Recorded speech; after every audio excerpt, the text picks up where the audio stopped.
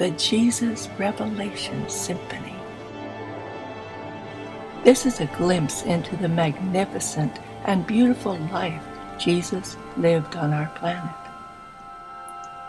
Of all human knowledge, that which is of greatest value is to know the religious life of Jesus and how he lived it.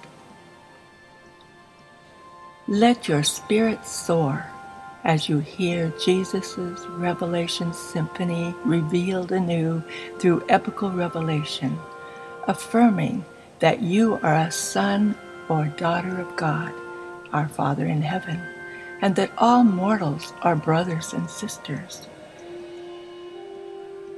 Through our becoming one with our divine spirits, we will be in harmony with each other, and through the fruits of the Spirit we bear, we can recreate the beautiful music of Jesus' symphony in our life in the 21st century.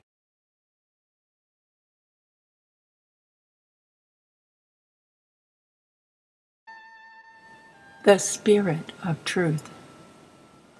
And now that he has personally left the world, he sends in his place this Spirit of Truth, who is designed to live in man, and for each new generation to restate the Jesus message so that every new group of mortals to appear upon the face of the earth shall have a new and up-to-date version of the gospel, just such personal enlightenment and group guidance as will prove to be an effective solvent for man's ever new and varied spiritual difficulties.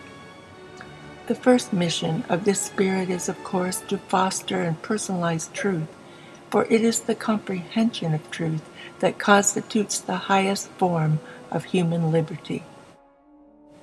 Next, it is the purpose of this Spirit to destroy the believer's feeling of orphanhood. Jesus having been among men, all believers would experience a sense of loneliness had not the Spirit of truth come to dwell in men's hearts. This bestowal of the Son's Spirit effectively prepared all normal men's minds for the subsequent universal bestowal of the Father's Spirit, the Adjuster, upon all mankind. In a certain sense, this Spirit of Truth is the Spirit of both the Universal Father and the Creator Son. Do not make the mistake of expecting to become strongly intellectually conscious of the outpoured Spirit of Truth. The Spirit never creates a consciousness of himself, only a consciousness of the Son. From the beginning, Jesus taught that the Spirit would not speak of himself. The proof thereof of your fellowship with the Spirit of Truth is not to be found in your consciousness of this Spirit, but rather in your experience of enhanced fellowship with Jesus, the Creator Son. The Spirit also came to help men recall and understand the words of the Master, as well as to illuminate and reinterpret his life on earth. Next, the Spirit of Truth came to help the believer to witness to the realities of Jesus' teachings and his life as he lived it in the flesh, and as he now again lives it anew and afresh in the individual believer of each passing generation of the Spirit-filled sons of God. Thus it appears that the Spirit of Truth comes really to lead all believers into all truth, into the expanding knowledge of the experience of the living and growing spiritual consciousness of the reality of eternal and ascending sonship with God.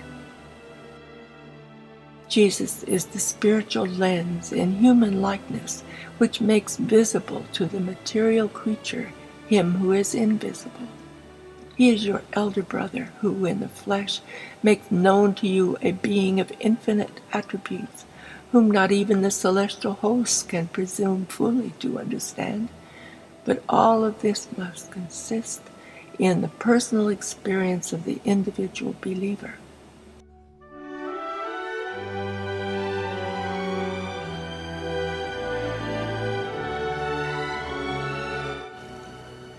The gospel of the kingdom is the fact of the fatherhood of God, coupled with the resultant truth of the sonship, brotherhood of men. The gospel is most certainly good news, for it is the Father and Son's plan of happiness for all their sons and daughters on this earth. Since the bestowal of the Spirit of truth, man is subject to the teachings and guidance of 7 higher spirit influences from the Father, Son, and Spirit. And so did the bestowal of the Spirit of truth bring to the world and its peoples the last of the Spirit endowment designed to aid in the ascending search for God.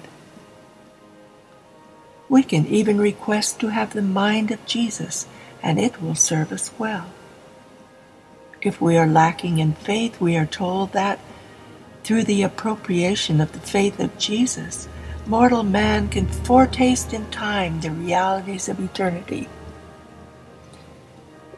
And sincere lovers of truth can always follow the admonition of Jesus' brother James, where he wrote in his epistle, "If any of you lack wisdom, let him ask of God, that giveth to all men liberally, and upbraideth not, and it shall be given him." Yes, the law of the universe is ask, and you will receive. Jesus is the new and living way whereby man can come into the divine inheritance which the Father has decreed shall be his for the asking. And our celestial advisors announce to us, there is a great and glorious purpose in the march of the universes through space. All of your mortal strugglings is not in vain.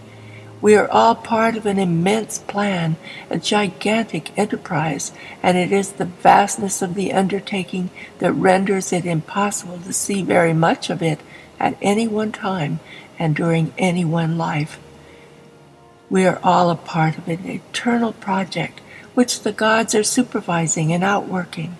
The whole marvelous and universal mechanism moves on majestically through space to the music of the meter of the infinite thought and the eternal purpose of the first great source and center.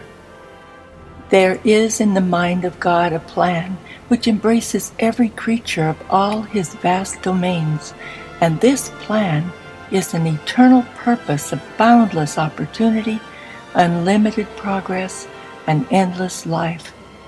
And the infinite treasures of such a matchless career are yours for the striving. The goal of eternity is ahead.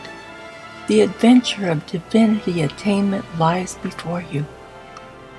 Certain victory will crown the efforts of every human being who will run the race of faith and trust, depending every step of the way on the leading of the indwelling adjuster, the Father Spirit, and on the guidance of that good Spirit of the universe Son, the Spirit of truth, which so freely has been poured out upon all their mortal sons and daughters on earth.